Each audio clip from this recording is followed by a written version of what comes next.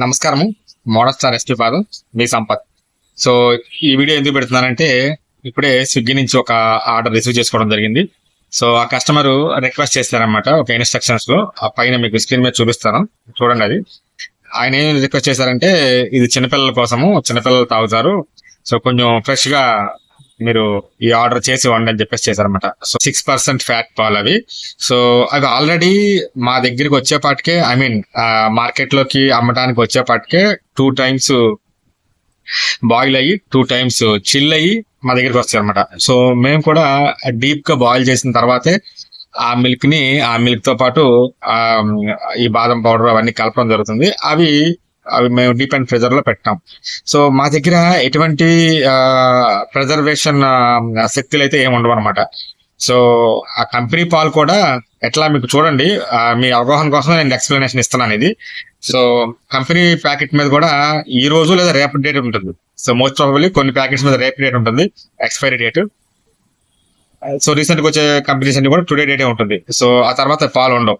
So అందుకే వాళ్ళు daily morning supply చేస్తారు, లేదా కొన్ని ఆఫ్టర్నూన్ కూడా సప్లై చేస్తారు. ఎందుకు డైలీ సప్లై చేస్తారంటే ఆ పాలు నిల్వ పెట్టే కెపాసిటీ అంత బిగ్ సచ్ కంపెనీస్ కే ఉండవు.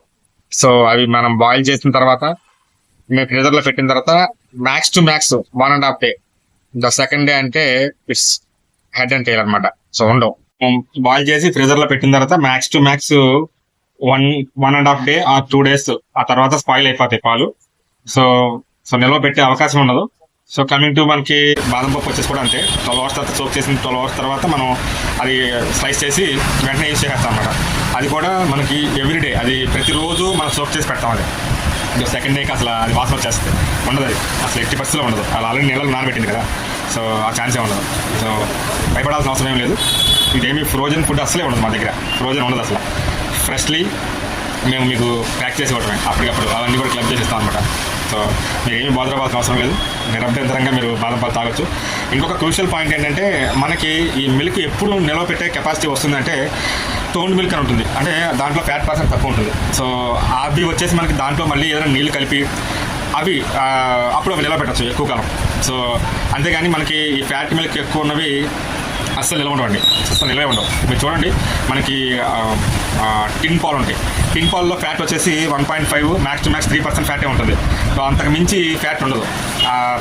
టిన్ పాలు అవి 3 to 6 months ఇస్తాడు టైము.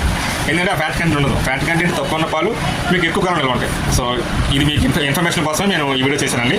సో మీరేమీ భయపడాల్సిన అవసరం లేదు. పిల్లలైనా పెద్దలైనా ఇంకా పెద్దవాళ్ళైనా కూడా నిరభ్యంతరంగా మన బాదం పాలు తాగొచ్చు అనమాట. Thank you.